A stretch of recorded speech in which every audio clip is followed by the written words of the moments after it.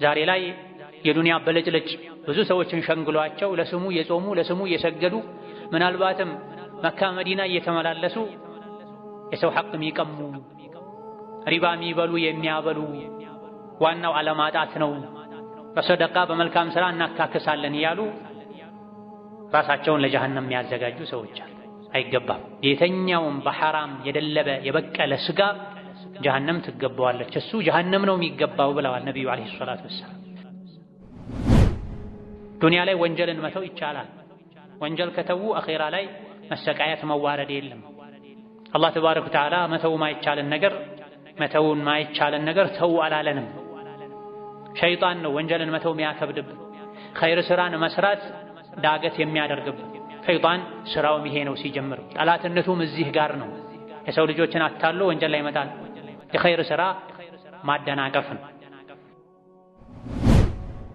ወንጀልን በራሳቸውና በአላህ መካከል መስራታቸው ሳያንሳቸው በእነሱና በጌታቸው መሃል ያለን የሐያ ሂጃብ በጣጥሰው መጣላቸው ሳይበቃቸው አደባባይ ላይ ወጥተው ወንጀል የሚሰሩ ሰዎችን ለወንጀል የሚያነሳሱ ሊተውበቱ ይገባቸዋል። ሊፈሩ ሊታቀቡ ይገባቸዋል። በተለይ ባለንበት በሚዲያ በሶሻል ሚዲያ ዘመን ወንጀል እየቀለለ ነው። ሰዎች ወንጀል ሲያዩ መደንገጣቸው እየጠፋ ነው። ትውልድ እየተበላሸ ነው። ሙስሊም ነኝ የሚሉ ሙስሊም ናቸው የሚባሉ ሰዎች ሚዲያ ላይ ወጥተው የተለያዩ ብልግናዎችን ጸያፍ ተግባሮችን በመስራታቸው ምክንያት ኢስላም እየተሰደበ ነው። ሙስሊሞች እየተሸማቀቁ ነው። ነቢዩ ዓለይሂ ሰላቱ ወሰላም ኩሉ ኡመቲ ሙዓፋ ኢላ አልሙጃሂሪን ብላ ኡመቴን ሁሉ አላህ ዓፊያ ያደርገዋል፣ ይቅር ይለዋል። ወንጀልን በይፋ በአደባባይ የሚሰሩ ወንጀልን ግልጽ የሚያወጡ ሲቀሩ ብለዋል ነቢዩ ሰላቱ ወሰላም። ፈስአሉ አህለ ዚክሪ ኢን ኩንቱም ላ ተዕለሙን።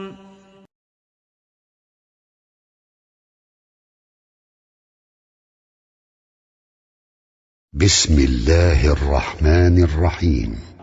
የአላህ ባሮች ሆይ አላህ ያዛችሁን በመታዘዝ የከለከላችሁን በመከልከል ሁሌም በሁሉም ጉዳይ ላይ በሁሉም ቦታ ላይ ጌታ አላህን የሚገባውን ፍራቻ ፍሩት። ለአኼራችሁ ስንቅ ያዙ። ከስንቆች ሁሉ በላሽ ስንቅ አላህን መፍራትን። የአላህ ባሮች ሆይ አላህ ተባረከ ወተዓላ በተከበረው ቃሉ በቁርአን ባዘዘን መሰረት ሁላችንም ወደ አላህ እንመለስ፣ ተውበት እናድርግ። አኼራችን እንዳይበላሽ ዱንያ ላይ ራሳችንን እንመርምር፣ ራሳችንን እንተሳሰብ። የተሰጠን ዕድሜ ውስን ነው። የተሰጠን እስትንፋስ የተገደበ ነው።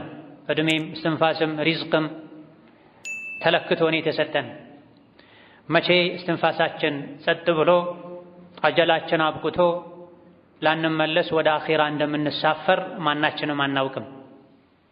አኼራ ከሄደን በኋላ ደግሞ የምናገኘው ዱንያ ላይ ስንሰራው የቆየን ወይ መልካም ስራችንን ነው ወይ መጥፎ ስራችንን። ከሞት በኋላ ወደ አኼራ ስንሄድ የምናገኘው አላህን ነው።